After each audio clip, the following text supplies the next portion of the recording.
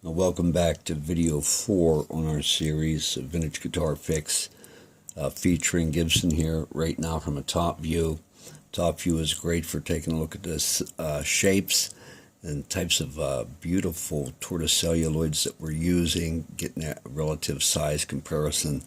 But it's not very good for displaying these faint impressed logos. Give you a quick shot right here though. They are there. You could see the Gibson. Right there. You could see Gibson on these.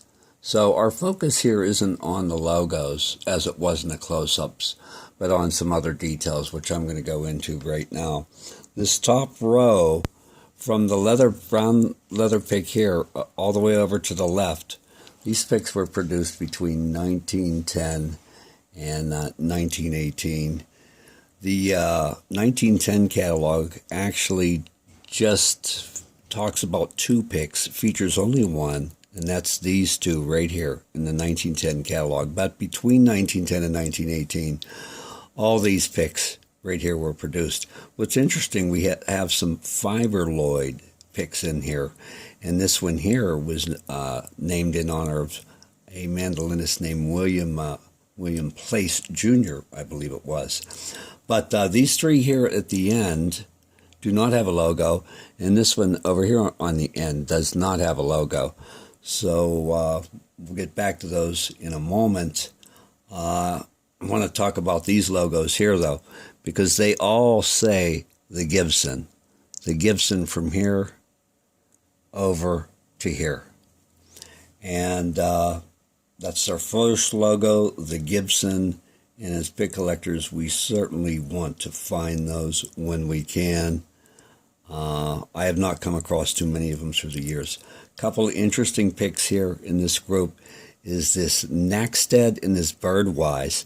Naxted and Birdwise were both the last names of inventors that invented some picks. Naxted right here in 1914 and Birdwise in 1918 for this one here. This would have a wire loop on it, this one here. It's been removed or was never put in place. But that wire loop design could be seen in the book Picks by Will Hoover on page 28. And later on in our series, we'll actually be seeing some Birdwises. But they're not germane to our topic here, so we're not showing the Birdwise. But what's really interesting, this is the only known example of these two, the Naxted and the Birdwise, known to exist in any collection, period. And but all collectors have the ability to have one-ofs, that is, picks that no one else has, only them. And it is a nice distinction to point out in your collection. Going back to our discussion at the top here, this large pick is probably 1930s, late 20s, 30s, and I had to put it there for size reasons. So it's not in our 1910 to 1918 group. Neither is this one over here. This goes back to the early 30s. But the material is interesting. It's made of a material called galolith.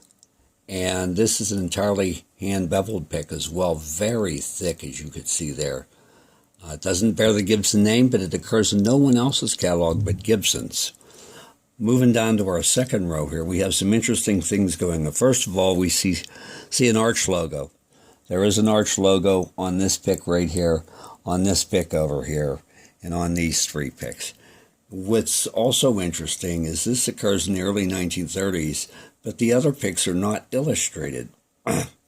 All hand-beveled right here. These are all hand-beveled. So we know they're before the 1930s, or possibly up to 1930, give or take a few years. And there does seem to be some stuff going on in the catalogs, because I show these DeAndrea shapes in a army brown, as we see here, army brown, yet they appear to be missing from the catalog. Now, quite a few Arch logos occur pre-1940, but they're not even shown in the catalogs. You see them showing up later on, and that's interesting because many of these celluloids are from the 20s and 30s, like this right here. These deep celluloids right here. But I suspect that Gibson was making so many picks at the time that they had their standard catalog and other picks they produced as well. So we're going to move down to the the third row right now. But before I do, I should have pointed out how distinct this shape is here with this top, as you see that slanted down. That is a very unique feature and exclusive to Gibson during this period of time. Coming down here, take a look at these really nice flaming shaded celluloids. This is a deeper red, that's a brownish there. But these right here are really interesting, and we are going to get excuse the camera shake, we are going to get a few close-ups simply because they're worth it, especially this Recording King. Recording King was a model of Gibson guitar, in fact, but that's a beautiful flaming celluloid, as you can see there. Really nice colors, and those are extremely rare to come by as well. More of these celluloids or older celluloids. I see D'Andrea produced some of their picks, as we pointed out earlier, right here. D'Andrea celluloids and D'Andrea shapes. Same with this, the 348, the only black pick I have in the collection. Right here, black celluloid pick, that is. So moving down further, here we have more hand-beveled picks at the top here. And below that we have more ivoroids. You can't see the ivoroids, the pattern, so I'm going to show you those because they do vary. And as you can see, there's a difference in patinas between these. So here's one of the ivoroids. Hopefully it'll come into focus. Not that good of a focus, but that's okay. Just expect it, if you run into it, to appear as though it's grain ivory. It's not. It's made of celluloid, and they did such an excellent job of copying genuine celluloid when they produced, genuine elephant ivory into celluloid when they made them. So we're going to move over here. I don't find these illustrated in the catalogs I worked with, and out of the 30 catalogs between 1910 and 1940, I do have 11 reproductions, and they're all reproductions because they're so expensive and rare to find.